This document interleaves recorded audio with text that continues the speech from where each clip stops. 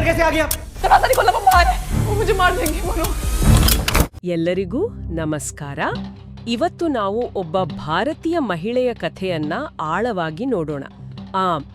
ಉಜ್ಮಾ ಅಹ್ಮದ್ ಅಂತ ಮಲೇಷಿಯಾದಲ್ಲಿ ಒಂದು ಹೊಸ ಬದುಕು ಕಟ್ಕೊಳ್ಳೋಕೆ ಹೋಗಿ ಪಾಕಿಸ್ತಾನದಲ್ಲಿ ಹೇಗೆ ಸಂಕಷ್ಟಕ್ಕೆ ಸಿಲುಕಿದ್ರು, ಆಮೇಲೆ ನಮ್ಮ ಸರ್ಕಾರದ ಒಂದು ದಿಟ್ಟ ರಾಜತಾಂತ್ರಿಕ ಪ್ರಯತ್ನದಿಂದ ಹೇಗೆ ಪಾರಾಗಿ ಬಂದ್ರು ಅನ್ನೋದನ್ನ ನೋಡೋಣ. ಈ ಕಥೆಯಲ್ಲಿನ ಮಾನವೀಯ ಸಂಕಟ, ಅವರ ಧೈರ್ಯ ಮತ್ತೆ ರಾಜತಾಂತ್ರಿಕತೆಯ ಜಟಿಲತೆಗಳು, ಇದನ್ನೆಲ್ಲ ಅರ್ಥ ಮಾಡ್ಕೊಳ್ಳೋದು. ಸರಿ, ಶುರು ಮಾಡೋಣಲ್ವಾ? ಮೊದಲು ಉಜ್ಮಾ ಅವರ ಪರಿಸ್ಥಿತಿ ಹೇಗಿತ್ತು ಅಂತ ನೋಡೋಣ. ಅವರು ದೆಹಲಿಯವರು, ಒಂದು ವಿಫಲ ಮದುವೆ ಆಗಿತ್ತು, ಫಲಕ್ ಅಂತ ಒಬ್ಳು ಮಗಳಿದ್ಲು, ಜೀವನ ನಡೆಸೋಕೆ ಕಷ್ಟ ಇತ್ತು. ಹಾಗಾಗಿ ಕೆಲ್ಸ ಹುಡ್ಕೊಂಡು ಮಲೇಷ್ಯಾಕ್ ಹೋದ್ರು. ಅಲ್ಲಿ ತಾಹಿರ್ ಅಲಿ ಅನ್ನೋ ಒಬ್ಬ ಪಾಕಿಸ್ತಾನಿ ಟ್ಯಾಕ್ಸಿ ಡ್ರೈವರ್ ಪರಿಚಯ ಆದ. ಹೌದು, ಅವನು ಪ್ರೀತಿ, ಮದುವೆ ಅಂತ ಎಲ್ಲಾ ನಾಟಕ ಆಡ್ದ, ಸುಳ್ಳು ಭರವಸೆಗಳನ್ನು ಕೊಟ್ಟ. ಇದನ್ನೆಲ್ಲ ನಂಬಿ ಉಜ್ಮಾ ಅವರು 2017 ಮೇ 1ನೇ ತಾರೀಕು ಪಾಕಿಸ್ತಾನಕ್ಕೆ ಹೋದರು. ಅದೇ ನೋಡಿ ಅವರ ಬದುಕಿನ ಒಂದು ದೊಡ್ಡ ದುರಂತಕ್ಕೆ ನಾಂದಿ ಹಾಡಿದ್ದು. ಪಾಕಿಸ್ತಾನದ ಬುನೇರ್ ಅಂತ ಒಂದು ದೂರದ ಪ್ರದೇಶಕ್ಕೆ ಅವರನ್ನೇ ಕರ್ಕೊಂಡು ಹೋದ.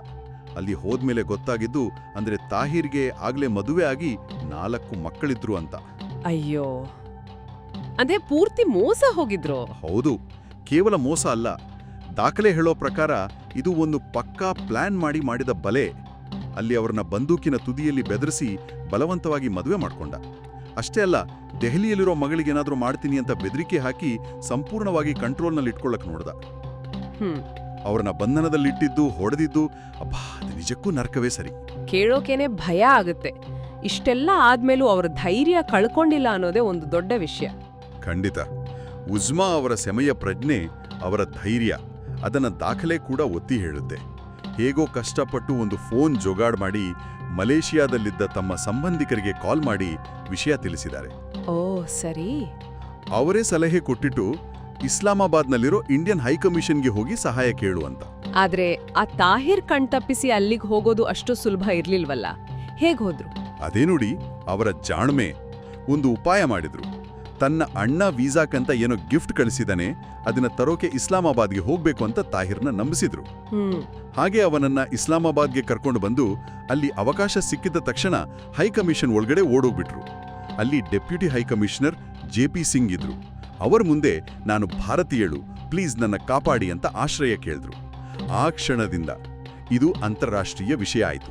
ಇಲ್ಲಿಂದ ನಮ್ಮ ಸರ್ಕಾರದ ಪಾತ್ರ ಶುರುವಾಗುತ್ತೆ. ಹೌದು. ಮತ್ತು ಈ ಮೂಲದಲ್ಲಿರೋ ಒಂದು ವಿಶೇಷತೆ ಅಂದ್ರೆ ಆಗಿನ ವಿದೇಶಾಂಗ ಸಚಿವೆ ಸುಷ್ಮಾ ಸ್ವರಾಜ್ ಅವರ ವೈಯಕ್ತಿಕ ಕಾಳಜಿ. ಅವರು ನೇರವಾಗಿ ಉಜ್ಮಾ ಹತ್ರ ಮಾತಾಡಿ, ನೀನು ಭಾರತದ ಮಗಳು, ನಾವು ನಿಂಗೋಸ್ಕರ ಹೋರಾಡ್ತೀವಿ ಅಂತ ಧೈರ್ಯ ತುಂಬಿದ್ರು. ಅದು ಬರೀ ಮಾತಾಗಿರ್ಲಿಲ್ಲ, ನಿಜ.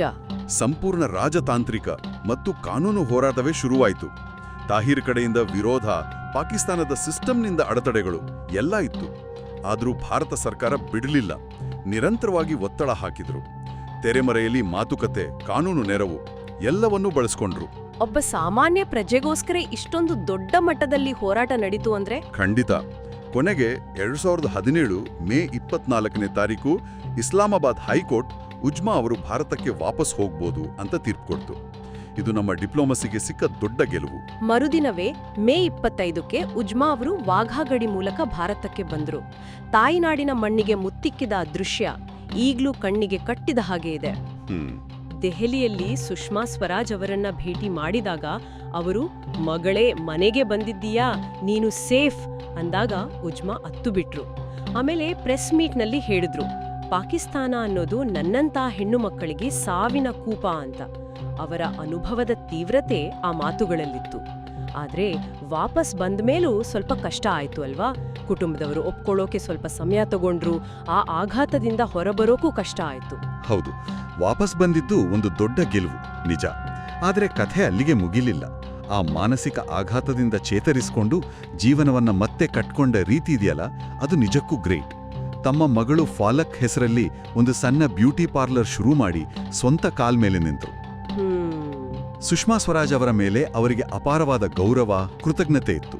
ಅವರು ತೀರಿಕೊಂಡಾಗ ನನ್ನ ತಾಯಿಯನ್ನೇ ಕಳೆದುಕೊಂಡೆ ಅಂತ ಉಜ್ಮಾ ಹೇಳಿತು. ಆ ಬಾಂಧವ್ಯ ಎಂಥದ್ದು ಅಂತ ತೋರಿಸುತ್ತೆ. ಅವರು ಕೇವಲ ಬದುಕುಳಿದವರಾಗಿ ಉಳಿಯಲಿಲ್ಲ, ಬದಲಿಗೆ ಒಬ್ಬ ಹೋರಾಟಗಾರ್ತಿಯಾದ್ರು. ಖಚಿತವಾಗಿ. ಆ ಬಲಿಪಶು ಅನ್ನೋ ಸ್ಥಿತಿಯಿಂದ ಹೊರಬಂದು ತಮ್ಮ ಕಷ್ಟದ ಅನುಭವವನ್ನೇ ಶಕ್ತಿಯಾಗಿಸ್ಕೊಂಡ್ರು. ಬೇರೆ ಮಹಿಳೆಯರಿಗೂ ಧ್ವನಿಯಾದರು. ಅವರ ಈ ನೈಜ ಕಥೆ ಆಧರಿಸಿ ದಿ ಡಿಪ್ಲೊಮ್ಯಾಟ್ ಅಂತ ಒಂದು ಹಿಂದಿ ಸಿನಿಮಾ ಕೂಡ ಬರ್ತಾ ಇದೆ. ಇದು ಅವರ ಹೋರಾಟಕ್ಕೆ ಸಿಕ್ಕ ಒಂದು ಮನ್ನಣೆ ಅಂತ ಹೇಳ್ಬೋದು. ಒಟ್ಟಿನಲ್ಲಿ ಹೇಳೋದಾದ್ರೆ ಉಜ್ಮಾ ಅವರ ಕಥೆ ಮೋಸದಿಂದ ಶುರುವಾಗಿ ಭಯಾನಕ ಅನುಭವಗಳನ್ನ ದಾಟಿ ಅಸಾಧಾರಣ ಧೈರ್ಯ ಮತ್ತು ಕೊನೆಗೆ ರಾಜತಾಂತ್ರಿಕ ಪ್ರಯತ್ನಗಳಿಂದ ಸಿಕ್ಕ ವಿಜಯದ ಒಂದು ರೋಚಕ ಪಯಣ. ಇದು ಒಬ್ಬ ವ್ಯಕ್ತಿಯ ಸ್ಥೈರ್ಯ ಮತ್ತು ಒಂದು ದೇಶದ ಬೆಂಬಲ ಸೇರಿದಾಗ ಏನನ್ನ ಸಾಧಿಸಬಹುದು ಅನ್ನೋದಕ್ಕೆ ಒಂದು ಒಳ್ಳೆ ಉದಾಹರಣೆ. ಹೌದು, ಈ ಘಟನೆ ನಮಗೆಲ್ಲ ಒಂದು ಮುಖ್ಯವಾದ ಪ್ರಶ್ನೆಯನ್ನು ಕೇಳುತ್ತೆ. ಅಂದ್ರೆ ಈ ಗಡಿಗಳ ಆಚೆಗಿನ ಸಂಬಂಧಗಳಲ್ಲಿ ಪ್ರೀತಿ ನಂಬಿಕೆ ಹೆಸರಲ್ಲಿ ನಡೆಯೋ ವಂಚನೆ ಇದೆಯಲ್ಲ, ಅದರ ಸ್ವರೂಪ ಎಂಥದ್ದು, ಮತ್ತೆ ಒಬ್ಬ ವ್ಯಕ್ತಿಯ ವೈಯಕ್ತಿಕ ಸಂಕಷ್ಟ ಅದು ಹೇಗೆ ಅಂತಾರಾಷ್ಟ್ರೀಯ ಮಟ್ಟದಲ್ಲಿ ಸದ್ದು ಮಾಡಿ ದೇಶಗಳ ನಡುವಿನ ಸಂಬಂಧಗಳನ್ನು, ರಾಜತಾಂತ್ರಿಕತೆಯನ್ನು ಪರೀಕ್ಷೆಗೆ ಒಡ್ಡಬಹುದು. ಇದು ನಾವು ಖಂಡಿತ ಯೋಚಿಸಬೇಕಾದ ಒಂದು ವಿಷಯ.